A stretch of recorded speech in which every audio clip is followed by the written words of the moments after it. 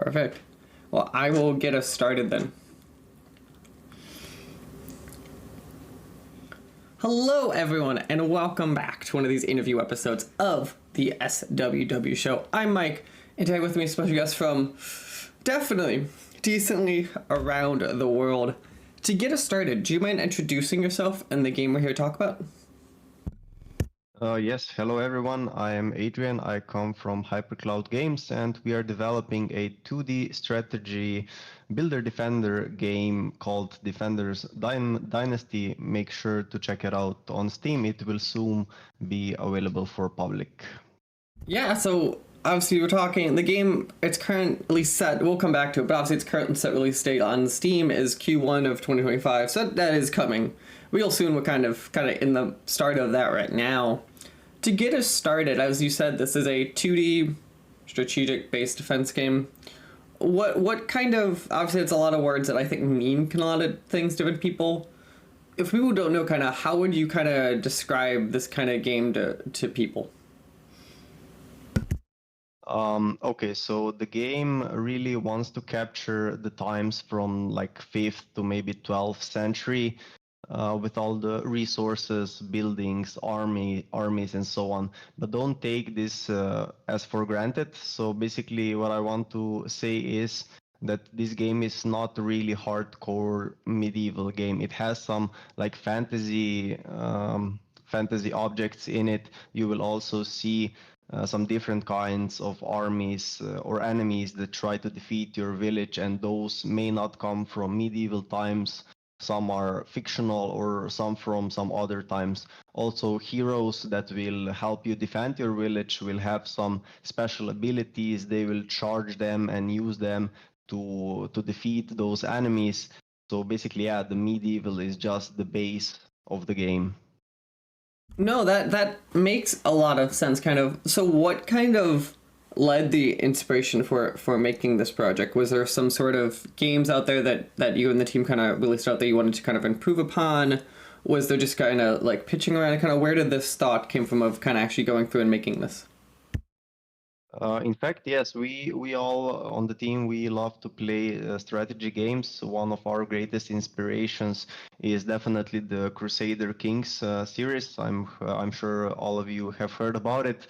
And yeah, I mean, we started off as a small project, but soon we saw a lot of potential in it. Started to developing ideas, the graphics and everything, and yeah, that's how Defenders Dynasty was born. No, that makes sense. So obviously, as you said, there is kind of a lot of different enemy types and towers and things you're kind of making to help defend kind of your city. Is there any kind of either enemy or any like building thing that kind of really stands out to you that kind of is one of your favorites to either play with or face in the game? Yeah, I mean, the enemies, they will be like really different kind of ones, from archers to knights, even Vikings are in, and they all have special attributes and different attacks. And regarding the defense buildings, you have also quite some, not just the defenses, but also the resource buildings. But if we stick to the defense buildings, yeah, I mean, you have some archer towers and some buildings that spawn you your heroes, and I believe that those heroes will be the ones that will be the most interesting part of the game for the players. You will have, I can tell you that you will have three different kind of heroes. So one will be an archer and two melee kind of ones, and yeah, they will have some power-ups and special attacks. That's all I can say for now. So, so interesting. So it's kind of a thing I've come up. So, like let's kind of walk through kind of. So I'm a new player. Imagine, unlike me, I don't have your Steam page up kind of going on in the background, kind of giving me an idea of like this more clear idea of this gameplay loop of kind of what's going on. I'm a new player, imagine, and I jump in kind of the game. What does that first like hour or so kind of look like for me? Yeah, so the first hour or maybe even more, you will have for learning. There are a lot of things that, I mean, not that much, but quite some things that are really connected and important for the whole gameplay. So, for example, the whole resource management is really connected You will have on the start, will have the food as a resource and stone and wood. And the food will have a lot of impact on the gameplay, because if the village will be lacking food, all the buildings from defenses to resources will work not as effectively as they should, because they are like in a starving mode. Then you will have later on, you will unlock the gold resource, which will then help you upgrade your buildings to produce more resources, to attack stronger, and stuff like that. And once you will get the hang of that, you will then continue with some other aspects of the game. For example, there's this dynamic weather system that will, on start, will only affect the resource production again. So if it will be in a stormy weather or at night, the resources, so I mean the resource building will not produce as much resources as in a sunny day, for example. And also later on, you will unlock some in-game features that will either help you or maybe even make the gameplay harder. For example, since we are speaking of the dynamic weather system, you will unlock lightning strikes, and those can damage your buildings, and that will make the gameplay definitely more fun. That's so the dynamic weather is something that's very interesting to me because like obviously now there's almost a lot of randomness kind of thrown into this now equation, at least more than there was. Did you guys ever get in a point kind of throughout development and kind of messing around with these systems, kind of accidentally kind of make there be too much weather or too little weather? Kind of like how did you guys kind of find that balance of like making sure that like a game like this is still the players kind of leading the decision, but there's only like some randomness in there versus it just feeling like a random event simulator? Yeah, so the weather is completely random, so you cannot affect it in any kind of way. It all started as a visual thing, but since we already had it in the game, we wanted to be something more. So we wanted it to actually affect the gameplay. So that's why we started with some ideas how and where it could affect it. Should it be a negative experience or a positive experience? And truth to be told, we were really lacking something to make the gameplay harder. So that's why we decided to actually make those lightning strikes that will make the player's life a bit harder in the gameplay.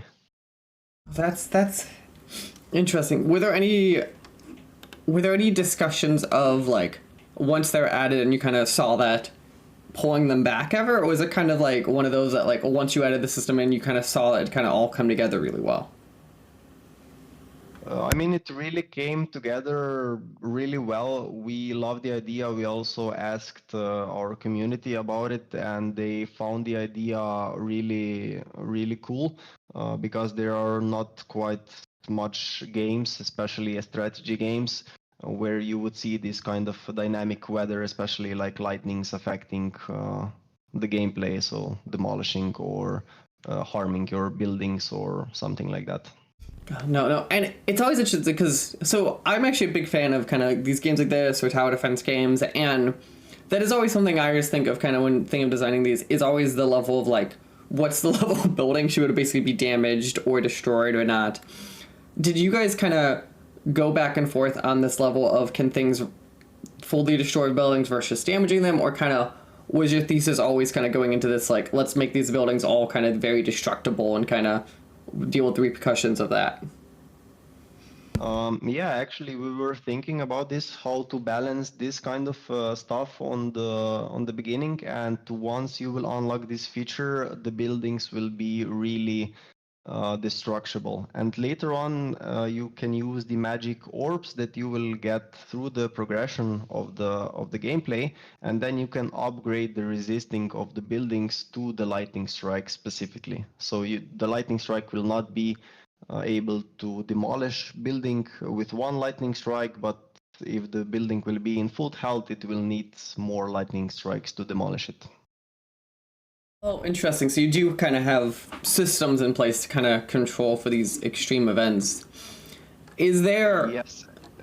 don't know if there's anything else kind of there, but no, it's interesting from a. So what I come back to in games like this, and I'm kind of curious. So you guys are thinking about this is obviously these in-game economies are these very complex systems to get feel right and kind of figure out like how hard things should be to build and maintain. How kind of does this loop kind of go? Is kind of like the expectation as a player? Should I basically be like, I'm assuming I'm going to start out more as this very frail being and then end up almost like a godlike figure, or is it kind of built more where there's kind of this continual level of like growing tension as even I get stronger, there's like stronger things or outcomes I should be kind of dealing with? Well, I would say that this in Defenders Dynasty, this really how to put it, it depends because maybe one thing that I haven't yet mentioned is that every startup. So once you will start a new round, playing a new round, the map changes. So basically, how the other resources are placed on the map, I would say that that will really thrive you in which way you will pursue, because as I said, everything is really connected, especially the resources. You cannot afford to lack food in your village because they really start to not produce as good as they would. And yeah, I would say it really depends based on how the map will generate for you that round.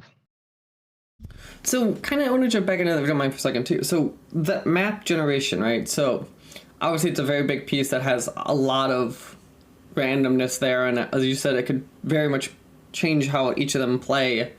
Kind of, do you have this experience, kind of, when you go through and kind of play different builds you guys have there, where like each game kind of can be these fundamentally different things, or is it more like there's a lot of different systems there, but like the base strategy tends to work the same throughout different plays? The base strategy, I would say, tends to work the same, but it really depends on how you place the resource buildings. Because I mean, you can only place for stone mining directly on it, but for woodcutters, let's say you are a bit more free, you can place them a bit more to a side, and the food production is not limited to anything. But yeah, let's keep some secrets for the game. Oh, absolutely. Let's keep some secrets. I was kind of curious, kind of going in. So obviously, as we're talking, the game, at least on Steam, is set to come out in some point on Q1 2025. Is that still kind of the plan you guys are looking at? Yes, for now, we still want to attend the Steam Next Fest, so be sure to check us out there and play the demo on the Steam Next Fest. Yeah, I was gonna say that Steam Next Fest is coming out obviously very soon as we're talking, and you guys kind of get Gem out there.